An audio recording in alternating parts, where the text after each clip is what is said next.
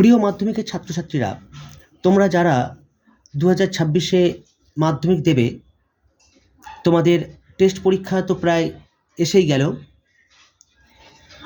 তো আজকে তোমাদের প্রতিবেদন থেকে বেশ কয়েকটা ইম্পর্টেন্ট প্রশ্ন দেব, যেগুলো তোমরা করে যাও।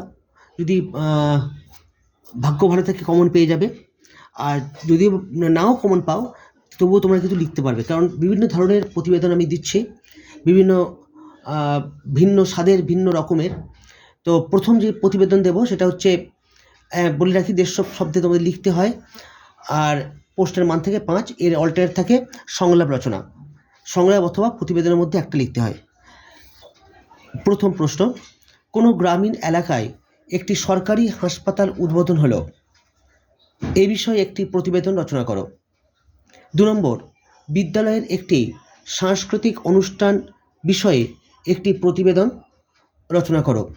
3 নম্বর, মোবাইলে সেলফি তুলতে গিয়ে দুর্ঘটনা, এই বিষয়ে একটি প্রতিবেদন রচনা করো। 4 নম্বর, তোমাদের পাড়ায় একটি রক্তদান শিবিরের আয়োজন করা হয়েছিল, এই বিষয়ে একটি প্রতিবেদন রচনা করো। 5 নম্বর, তোমার এলাকায় অরণ্য সপ্তাহ পালিত হলো, এ বিষয়ে একটি প্রতিবেদন রচনা করো।